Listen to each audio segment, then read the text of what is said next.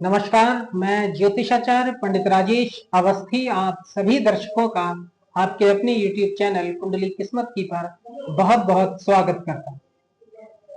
जुलाई महीने का आखिरी सप्ताह धनु राशि के लिए कैसा रहेगा? धनु राशि के जातक इस अंतिम सप्ताह में क्या कुछ प्राप्त करेंगे? किस प्रकार की घटनाएं इनके जीवन में संभावित रूप से घटित हो सकती हैं? इनकी मानसिक स्थिति कैसी रहेगी और ये क्या कुछ करने में समर्थ रहेंगे इस अंतिम सप्ताह में? इन सभी विषयों पर साप्ताहिक राशिफल लेकर मैं पंडित राजेश अवस्थी आप सभी के सामने उपस्थित हूं। इसे आप वीकली हॉरोस्कोप भी कह सकते हैं।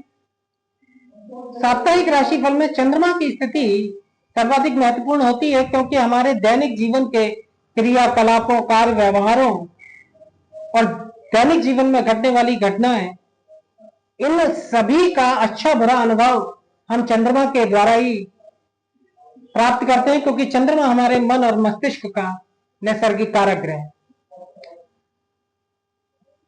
24 से 30 जुलाई तक के समय में चंद्रमा की राशिगत और भावगत स्थिति क्या रहेगी, इस पर सबसे पहले एक नजर डाल लेते हैं। चंद्रमा एक राशि पर 2.25 दिन गोचर करता है, तो 24 से 30 अर्थात 7 दिन के कालखंड में चंद्रमा 3 राशियों का भोग करेगा। आपकी राशि से 8वें, 9वें और 10वें स्थान में चंद्रमा की स्थिति रहेगी। चंद्रमा 24 और 25 जुलाई को कर्क राशि अपनी ही स्वराशि में अष्टमस्थ गोचर करेगा। 26, 27 और 28 जुलाई को चंद्रमा अपने मित्र सूर्य की सिंह राशि में नवम त्रिकोण भाग्य एवं धर्म स्थान में गोचर करेगा। 29 और 30 जुलाई को चंद्रमा की स्थिति आपकी आजीविका अर्थात केंद्र दशम स्थान में रहेगी। 24 जुलाई को सुबह 11:02 पर चंद्रमा अपनी ही स्वराशि कर्क में प्रवेश करेगा और 26 जुलाई दोपहर 3:51 तक चंद्रमा कर्क में ही गोचर करेगा। अष्टमेश चंद्रमा की अष्टम स्थान में स्थिति स्वराशिस्थ होने से और वक्री बुध के साथ, चूंकि सप्तमेश अष्टमेश होकर चंद्रमा के साथ अष्टम स्थान में गोचर करेगा और भाग्येश सूर्य के साथ चंद्रमा की युति रहने से जातक की दिनचर्या में बड़ी शानदारी रहेगी। जातक की दिनचर्या बड़ी रौनक से भरपूर रहेगी। लेकिन अष्टम स्थान में चंद्रमा का गोचर सामान्य रूप से अच्छा नहीं माना जाता है, अशुभ फलदायी होता है, इसलिए कुछ दिमागी अशांति के कारण अवश्य प्राप्त होंगे।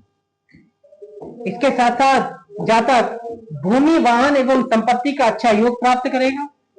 किसी प्रकार के रोग की संभावना रहेगी, क्योंकि अष्टम स्थान असाध्य बीमारियों का भाव होता है और चंद्रमा अष्टमेश होकर अष्टम स्थान में गोचर करेगा, तो निश्चित रूप से किसी न किसी बीमारी के उत्पन्न होने की आशंका रह सकती है। इसलिए अपने स्वास्थ्य का विशेष ध्यान जातकों को रखना चाहिए। चंद्रमा के पास न तो पक्ष बल होगा और न स्थान बल, केवल राशि बल है। वक्री शनि चतुर्थ भाव में परिवार में लड़ाई झगड़े या घरेलू वातावरण में बहुत अशांति की स्थिति पैदा कर सकता है। 13 जुलाई से 28 नवंबर तक शनिदेव वक्री होने जा रहे हैं और वक्री हो चुके हैं। शनि हर वर्ष 4 माह के लिए वक्री होता है। अब शनि धनु राशि के दृष्टिकोण से धनेश और पराक्रमेश होकर चतुर्थ केंद्र स्थान अर्थात सुख स्थान और गृहस्थ स्थान में वक्री होगा, तो निश्चित रूप से जब भी कोई भी पापी ग्रह वक्री होता है तो उसकी अशुभता, उसका पापत्व कई गुना बढ़ जाता है और वो अशुभ फल कई गुना गति से प्रदान करने लगता है। शनि नैसर्गिक और सर्वाधिक क्रूर ग्रह है। चतुर्थ स्थान में शनि की वक्री स्थिति जातक के घरेलू वातावरण में और गृहस्थ जीवन में उथल पुथल मचा सकती है, माता के साथ संबंधों को बिगाड़ सकती है, जातक की सुख और शांति को भी किसी न किसी रूप से नष्ट करने का प्रयास कर सकता है शनि। इसलिए शनि से संबंधित उपाय जातक को 28 नवंबर तक अवश्य करने चाहिए। वैसे भी शनि पर चतुर्थ कंटक ढैया 29 मार्च 2025 से चल रही है।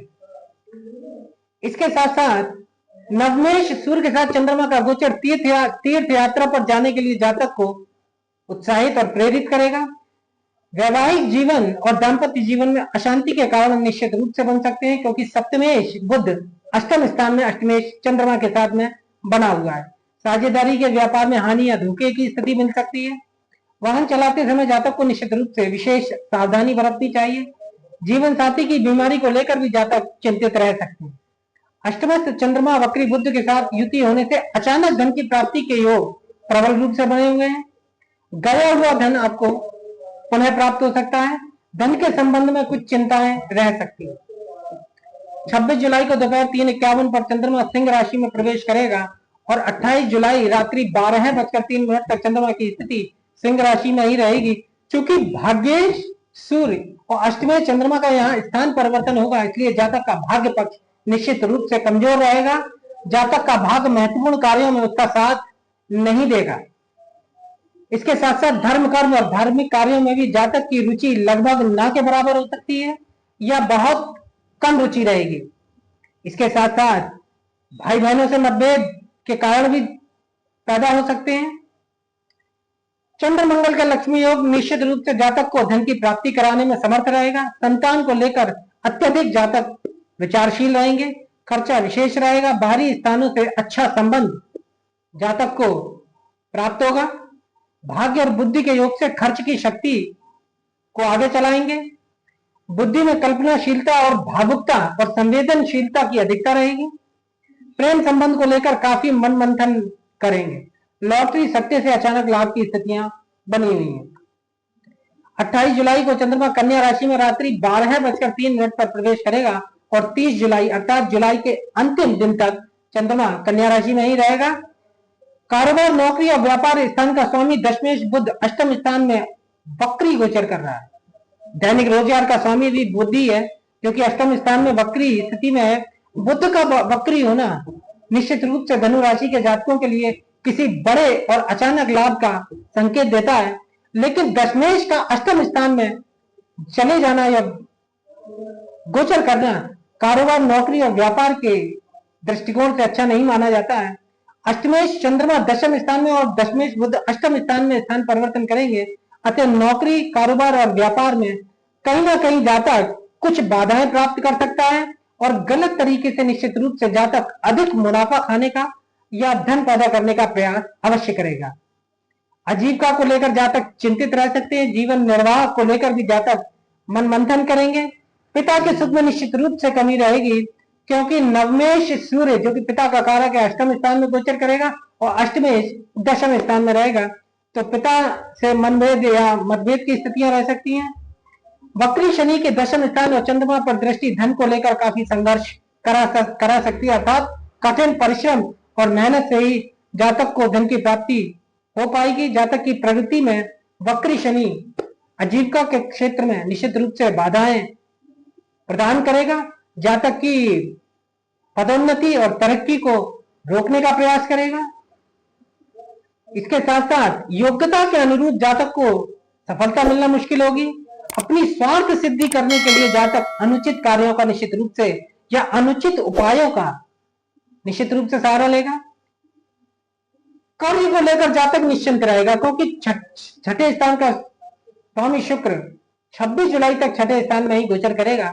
तो कर्ज को लेकर निश्चित रूप से निश्चिंतता रहेगी और शत्रु पक्ष पर धनु राशि के जातकों का निश्चित रूप से प्रभाव रहेगा। तो धनु राशि के जातकों के लिए आज के वीडियो में इतना ही। अगर वीडियो अच्छा लगा हो तो वीडियो को लाइक करें, अधिक से अधिक शेयर करें और चैनल को सब्सक्राइब करें। नमस्कार।